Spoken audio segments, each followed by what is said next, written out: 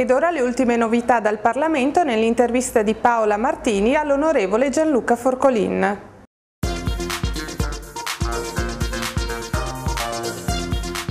Onorevole Forcolin, l'Italia si trova in questo momento, non solo l'Italia a dire il vero, ci sono stati che stanno ancora peggio di noi forse,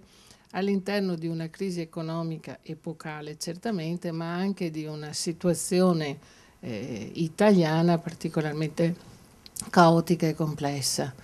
Il governo cosa sta facendo e il Parlamento, che tra l'altro si riunirà nei prossimi giorni? Sì, diciamo che il governo si sta muovendo con attenzione rispetto alle dinamiche dell'Europa, ai richiami continui,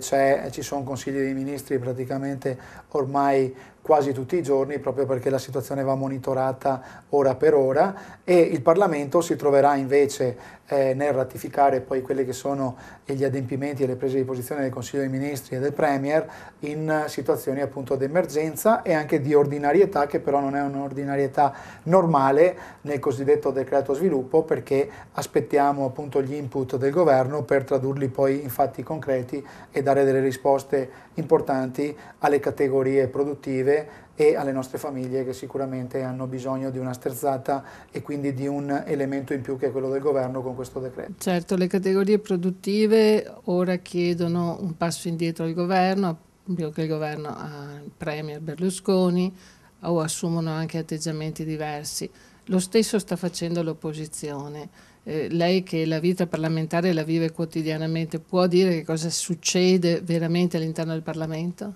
Beh, all'interno del Parlamento si vedono dei giochetti che sarebbe bello forse che i cittadini potessero vederli anche in diretta, perché molte volte sia lo spot televisivo sia l'elemento diciamo divulgativo di una o l'altra fazione politica, però non si vive quotidianamente quella che è la situazione. È una situazione difficile, una situazione indubbiamente difficile, che però per assurdo porta a un centrosinistra sicuramente frastagliato, e lo sentiamo tutti i giorni dalla TV, ma soprattutto un centrosinistra che oggi è più preoccupato a chi potrebbe fare il leader di centrosinistra che prendere in mano le redini di questo governo, perché di voglia di dar spallate lì dentro sicuramente ne vedo ben poche, ossia si vede solo a parole, ma poi nei fatti fanno addirittura ostruzionismo per cercare di far sì che la maggioranza ricomponga i pezzi e possa avere le maggioranze e quindi il voto favorevole su alcuni provvedimenti. Capiamo quindi che il cerino passarlo oggi di mano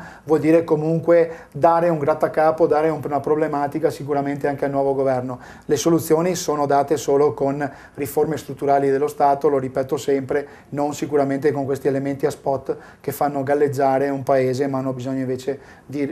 riprendere alla grande, e quindi sicuramente con elementi più importanti e non i semplici provvedimenti di ordinaria gestione e amministrazione. Ecco, adesso però una domanda come sempre sulla situazione locale, in particolare sul comune di cui lei è sindaco, il comune di Musile, che in occasione di San Martin mi pare abbia invece un buon programma di iniziative. Sabato ci sarà il banchetto della Proloco, che avrà comunque sicuramente dei succulenti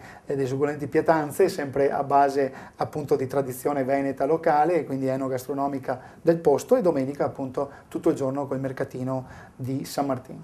Bene, ringraziamo l'onorevole Forcolin sia per averci illustrato la situazione a livello del governo e Parlamento, e in quanto sindaco di Musile averci annunciato questa bella iniziativa per il San Martin.